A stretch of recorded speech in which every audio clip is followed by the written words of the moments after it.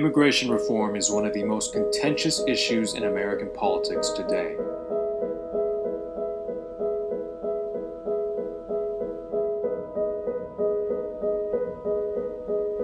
The Immigration Reform and Control Act, IRCA, was passed and signed into law on November 6, 1986. It was enacted to fix what was widely agreed to be a broken immigration system. It was a time for action.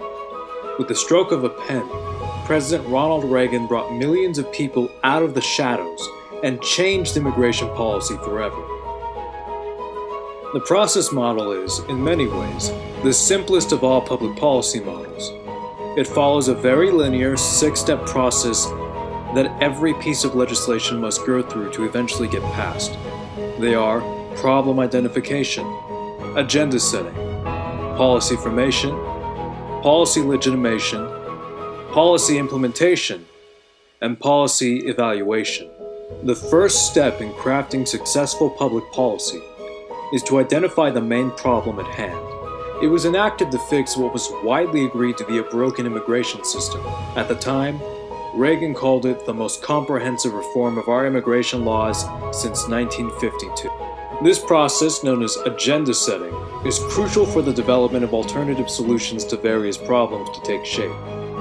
In 1979, Congress created the Select Commission on Immigration and Refugee Policy, which reviewed existing immigration laws and produced a report in 1981 that Simpson and Mazzoli used in turn.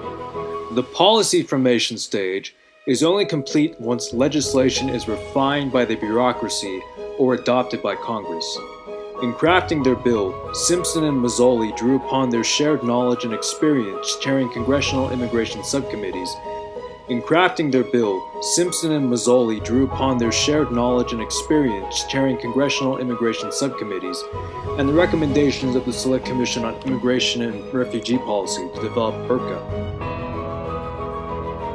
At this stage in the policy process, the executive branch steps in and takes responsibility for ensuring the new law is carried out through its various agencies and the respective bureaucracies that exist within those agencies. Ultimately, President Reagan signed IRCA into law on November 6, 1986, and carried out his constitutional duty by ensuring the law was faithfully implemented. Policy evaluation.